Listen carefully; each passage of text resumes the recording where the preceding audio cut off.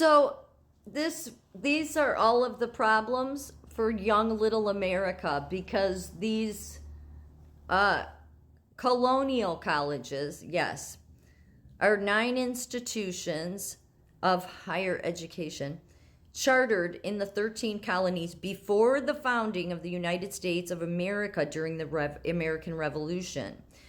These 9 have long been considered together, notably since the survey of their origins. So they often fight with each other about who was here first. But but you see, there's Harvard, there's Yale, and you see how they're named after kings and queens. Well, most especially William and Mary, because it's designated, that college is designated to King William Henry III and Queen Mary.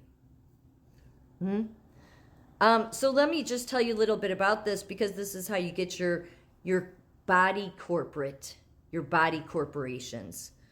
all these legal terms that they use, because they were first a royal charter in 1693. So by King Henry III, William King Henry III.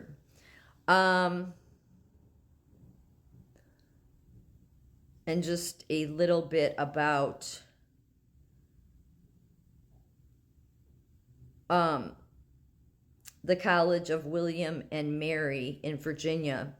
It is a public research university in Williamsburg, Virginia, founded in 1693 under a royal charter issued by King William III and Queen Mary II.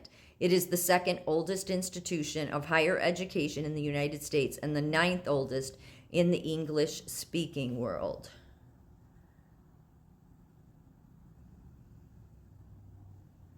William and Mary was founded as an Anglican institution.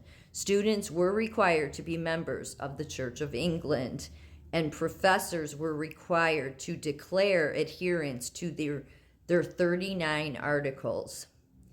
And the 39 articles of religion, finalized in 1571, are the historically defining statements of doctrines and practices of the Church of England with respect to the controversies of the English Reformation. I'm not going to read all of it. It's enough said.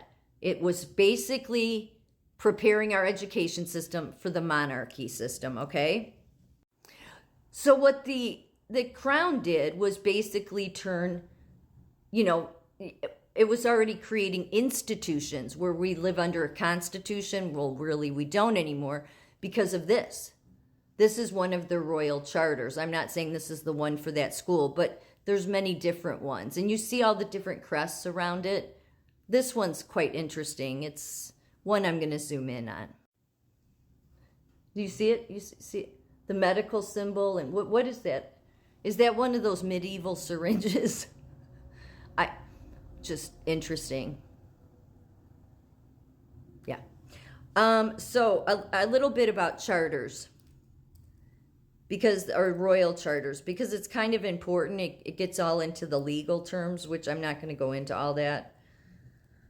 Because it's like they make things just ridiculous but this is how your corporations end up being seen as.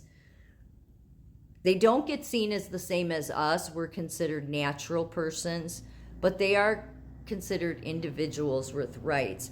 A royal charter is a formal grant issued by a monarch under royal prerogative as letters patent. Historically, they have been used to promulgate public laws, the most famous example being the English Magna Carta of 1215. But since the 14th century have only been used in place of private acts to grant a right or power to an individual or a body corporate. They were and are still used to establish significant organizations such as boroughs, municipal charters, universities, and learned societies. So basically it statuses them, the body corporate, as a judicial person, which is a legal person that is not a natural person, but an organization recognized by law as a fictitious person, such as a corporation, government agency, non-governmental organization, or international organization, such as the United Nations. Other terms include artificial person, corporate person, judicial entity, juridic person, or juristic person. A judicial person maintains certain duties and rights under relevant laws. The rights and responsibilities of a judicial person are distinct from those of the natural persons constituting it.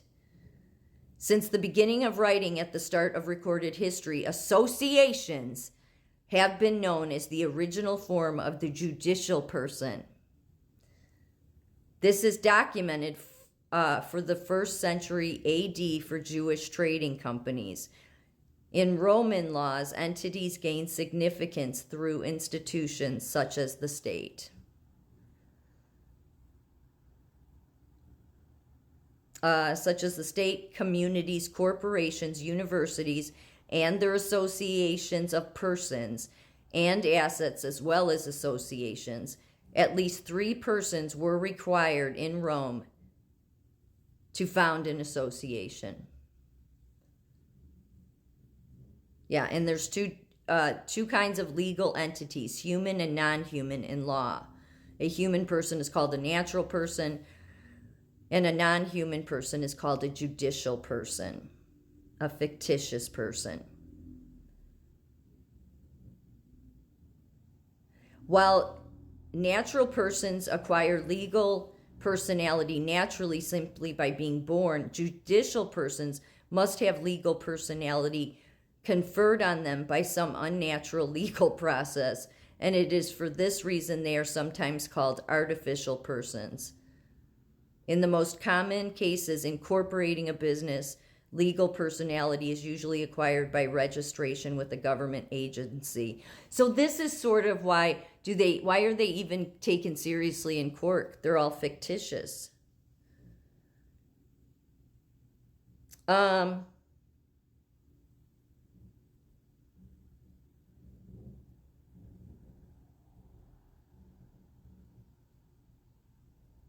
So basically, I think this is really rather simple. This is how the Roman Empire, the British Empire that became the British Empire, the crown, came in here, created these 9 colleges, and then it just went flying from there. That's the reason why everybody in Congress is from Harvard and Yale, and from these places. Mm-hmm. So this is just a zoomed in picture of the charter. But do you see what it says, like right in the middle, where it says the opening of the institution? Like they're separate from our Constitution, although they were created before the Constitution. But they were already here. So that's how you get everybody in Washington from these universities. That's why we're told these people are the experts. And clearly they're not, because their loyalties lie back to the crown. And we're not the only country that the crown has done this in. They've done it in Canada and everywhere. It just seems that they've wanted to keep us under the hidden monarchy system by creating all these institutions and associations that bypass us as natural persons. Yeah, that's got to go. Screw that shit. And their fictitious personas. And it also benefits them. It says between the 14th and 19th centuries, royal charters were used to create chartered companies for profited ventures with shareholders used for exploration, trade, and colonization. Early charters to such companies often granted trade monopolies, but this was restricted by Parliament. It goes on and on. Talk about just being played, and all by the universities that have always been tied to the crown, which is why they're racist towards black, why they're anti-Semitic, why they're just not the best places for education.